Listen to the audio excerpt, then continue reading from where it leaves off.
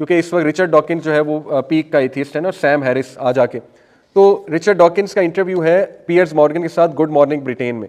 उसमें वो बाबा जी मतलब 86-87 साल उनकी उम्र हो गई है अब, चूंकि उन्हें कब्र नजर आ रही है तो उनके छक्के छूटे हुए और वो उनकी हवाइयाँ उड़ी हुई हैं, और पियर्स मॉर्गन ने ऐसे ऐसे सवालात उनसे किए, उसके जवाब भी नहीं, और उनको मजबूरन कहना पड़ा है रिचर्ड डॉकिंस को, जिन्होंने किताब लिखी थी गॉड डिल्यूजन, और कितने लोगों को उन्होंने अल्लाह माफ़ करे करप्ट किया है। तो हम तो अभी भी हिदायत की दुआ करते हैं, अल्लाह करे कलमा पढ़ लें, लेकिन ये कि वो उन्हें मानना पड़ा रिचर्ड डॉकिंस को कि मैं इंटेलिजेंट डिजाइन का इनकार नहीं कर रहा। तो पियर्स मॉर्गन ने वही कहा कि बस बात खत्म हो गई है। यही तो हम चाहते हैं आपसे कि अब आप सॉफ्ट हो गए हैं। उसने छेड़ा भी, उससे टॉन्ट भी किया कि अब आप जरा सॉफ्ट नहीं हो गए, पहले तो आप टोटली इनकार करते। उसने कहा कि नहीं, इंटेलिजेंट डिजाइन का हमने कभी इनकार नहीं किया। लेकिन वो फिर नेक्स्ट लेवल, अब साइंटिस्ट बात करते हो, कहते हैं कि इंटेलिजेंट डिजाइन है लेकिन वो एलियंस है। उन एलियंस की एक लेबॉर्ट्री है, उस लेबॉर्ट्री में उन्होंने ह्यूमन बींग्स को बनाया था, तो ह्यूमन बींग्स उनका नतीजा है, उनका एक तजर्बा है, ठीक है ना। अब वो ये थ्योरीज आ रही हैं साइंटिस्ट की तरफ से, सो कॉल्ड साइंटिस्ट की तरफ से। तो बहरहाल मैं आपको बताना चाह रहा हूं कि अब तो वो भी मान गए डिडक्टिव रीजनिंग।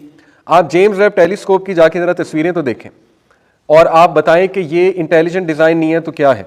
यानी वो हर चीज एक स्पीड के मुताबिक रिवॉल्व कर रही है, उसकी स्पीड मुकर्रर है, ठीक है, उसका पूरा एक्सेस मुतय्यन है, और इंस्ट्रक्शंस दी हुई हैं किसी सुपर नेचुरल पावर ने एक एक चीज को। हमारे सेल्स, हमारा डीएनए, मतलब इंसान से लेके बड़ी से बड़ी चीज उठा लें आप, एटम से लेके छोटी से छोटी चीज उठा के बड़ी से बड़ी चीज उठा लें, हर चीज में इंटेलिजेंट डिजाइन। तो बाय चांस आपको पता है, एक सेल को बाय चांस बनते हुए पता नहीं ट्रिलियन ऑफ ईयर्स लगेंगे, एक सेल को बाय चांस, सिंगल सेल जिसे कहते हैं। सिर्फ एक ह्यूमन बीइंग के अंदर ट्रिलियन ऑफ सेल्स हैं। हाउ कम एक डीएनए जो है वो बाय चांस बन गया, ठीक है। इस पे बहुत लंबी चौड़ी बात हो सकती है, लेकिन मैंने चूंकि बेसिक बातें करनी है, बाकी आप खुद भी पढ़ सकते हैं। तो बहरहाल डिडक्टिव रीजनिंग। दूसरी चीज है टेस्टिमनी। साइंटिफिक रेल में भी टेस्टिमनी की औकात है। कोर्ट में अभी तक टेस्टिमनी एक्सेप्ट होती है कि नहीं होती है, ठीक है ना। हाँ, उसमें साइंटिफिक प्रूफ कोई ऐड हो जाए तो इट एड्स मोर वेट। मैं आपको मिसाल देता हूँ, आज से 200 साल पहले एक बंदे को कोई उठ के कहे जी कि ये तुम्हारी माँ नहीं है, उसकी माँ के सामने कह दे ये तुम्हारी माँ नहीं है। अब डीएनए टेस्ट तो है नहीं उस दौर में, ठीक है, तो आ जाके क्या माना जाएगा? टेस्टिमनी। 100 बंदा उठ के कह देगा कि नहीं ये इसकी माँ है, तो उससे क्या प्रूव हो जाएगा कि वाकई इसकी माँ है। तो हम ये कहते हैं कि मुसलमानों के पास एक इंसान की टेस्टिमनी है, उस इंसान का नाम था मोहम्मद सल्लल्लाहु अलैहि वसल्लम। और चलो तुम मान लो कि खुदा का हमारे पास प्रूफ नहीं है, मोहम्मद सल्लल्लाहु अलैहि वसल्लम का प्रूफ है कि नहीं है? उनका तो जिस्म मुबारक वहाँ पे मदीना में दफन है, पूरे हिस्टोरियंस मानते हैं वो एक शख्स थे, एग्जिस्ट करते थे, ठीक है, हिस्ट्री की किताबों में लिखा हुआ है। तो billions of people are giving testimony के वो सादिक और अमीन थे, सच्चे थे, उनके अपने दौर के लोग टेस्टिमनी दे रहे हैं, ठीक है। तो हम टेस्टिमनी भी लेकर आ रहे हैं। हम सिर्फ जो है ये नहीं कि वो एक सोचा छोड़ देंगे खुदा है। और ये कुरान में मजे की बात अल्लाह ने बात की है, सूरह आल इमरान की आखिरी जो 10 आयत है उनमें से एक आयत ये है कि वो लोग, अल्लाह तारीफ कर रहे हैं उन लोगों की जो उलुल अलबाब हैं, थिंकर्स हैं। अल्लाह कहता है, वो कहते हैं कि हम इस नबी पर ईमान लेकर आए हैं और इसकी बात पे हमने ट्रस्ट किया। तो टेस्टिमनी बहुत बड़ी चीज़ होती है, ठीक है। तो इसलिए ये 2 रीजंस काफ़ी हैं एथियस्ट को देने के लिए कि भाई डिडक्टिव रीजनिंग और टेस्टिमनी, हमारे पास ये 2 जो है ना वो तगड़ी चीज़ें। दूसरा उनकी ये दलील हो सकती है कि वो सोसाइटीज़ जो गॉडलेस हैं वहाँ पे तो बहुत पीस है, बहुत सुकून है, वो तो बहुत खुश हैं, तो लिहाजा इसका मतलब विदाउट गॉड एक सोसाइटी या कंट्री वर्क कर सकती है।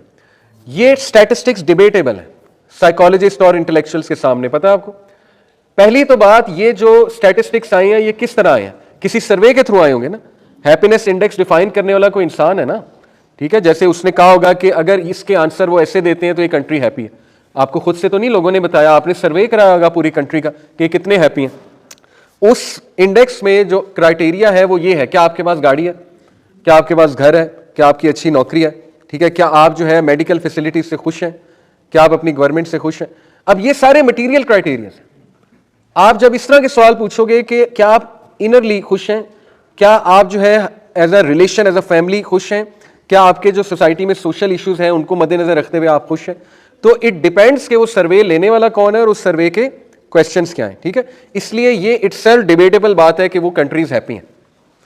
वहां के रहने वालों से आप पूछें कि वो हैप्पी हैं कि नहीं है, ठीक है। वहां के अपने बहुत मसाइल हैं, और इतने मसाइल हैं बल्कि इसके बरअक्स हमारे पास स्टैटिस्टिक्स ऑथेंटिक मौजूद हैं। पूरी रिसर्चेज है सोशियोलॉजी की। वो रिसर्चेज का क्रक्स ये है कि पॉजिटिव साइकोलॉजी में भी रिसर्चेज है, सोशियोलॉजी में भी। वो रिसर्चेज का क्रक्स ये है कि सबसे कम डिप्रेशन स्पिरिचुअल सोसाइटीज में होती है, और ये बहुत जबरदस्त ऑथेंटिक रिसर्चेज हैं इसके बरअक्स बेसिकली, ओके। लेकिन चूंकि मेन स्ट्रीम मीडिया उनके हाथ में है, वो ये दूसरी वाली रिसर्च नहीं ला रहे कि स्पिरिचुअल सोसाइटी ज्यादा खुश हैं, या कम अज कम ऐसी सोसाइटी जहां कुछ ना कुछ खुदा का तस्वुर मौजूद है किसी भी शक्ल सूरत में, उनमें डिप्रेशन भी कम है, मेंटल इलनेस भी कम है, उनमें सुसाइड भी कम है। और इसके बरक्स वो सोसाइटीज जहां खुदा का कॉन्सेप्ट ही कोई नहीं पाया जाता, उनमें डिप्रेशन बहुत हाई है और उनमें सुसाइड बहुत हाई है। ठीक है, तो ये इसलिए ये भी एक अधूरी बात है, धोखा है कि जी उन कंट्रीज, वो कंट्रीज तो चल रही खुदा के बगैर, तो हम कहते हैं नहीं चल रही। ठीक है, we have to look from all angles, holistic angle से।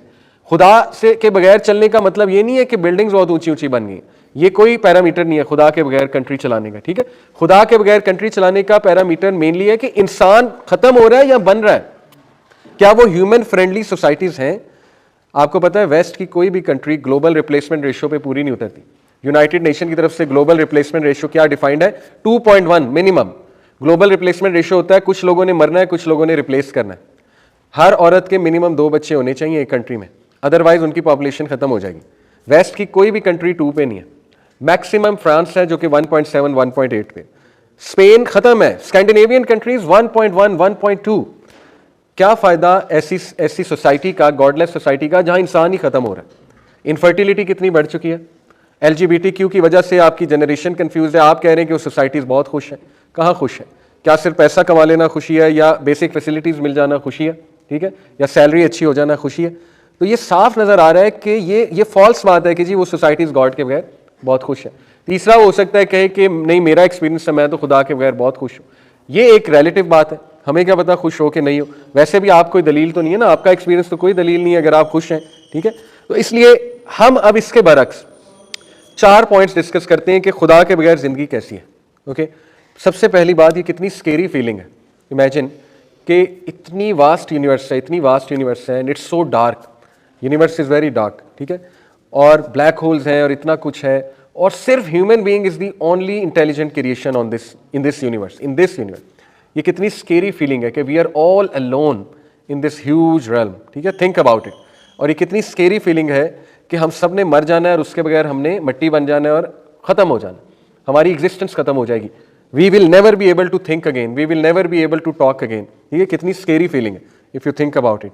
तो यहीं से आपका दिल कहेगा कि नहीं, this is an absurd idea कि खुदा नहीं, this is an absurd idea कि this is the only life, या हमारे अलावा कोई क्रिएशन नहीं है। ठीक है, तो हम 4 ऐसे दलाइल रखते हैं सामने जो हर इंसान को सोचने चाहिए कि खुदा की ज़रूरत क्या है। ओके, वंस आपको ज़रूरत कंफर्म दिल में उतर जाएगी, ये मैंने आपको शुरू में देखे कहा कि ये ना छोटे छोटे मसले हैं कि मेरा एंगर मैनेजमेंट है, या मेरे फैमिली इश्यूज चल रहे हैं, या मेरी शादी नहीं फलां से हो रही। ठीक है ना, लव स्ट्रक, ये बहुत बहुत छोटे इश्यूज हैं, ये जो बड़े बड़े अकायद हैं इनके सामने। ठीक है, सेल्वेशन इन चीज़ों पे नहीं डिपेंडेंट कि फलाने से मेरी शादी हो जाए, सेल्वेशन डिपेंडेंट है अकायद के ऊपर। ठीक है, तो अकायद अपने पुख्ता होना, खुदा से, अल्लाह से एक गहरा ताल्लुक होना और अल्लाह के अहकामात पे अमल करना, ये है पर्पस ऑफ लाइफ असल में। ओके, तो हम इसको समझ लें।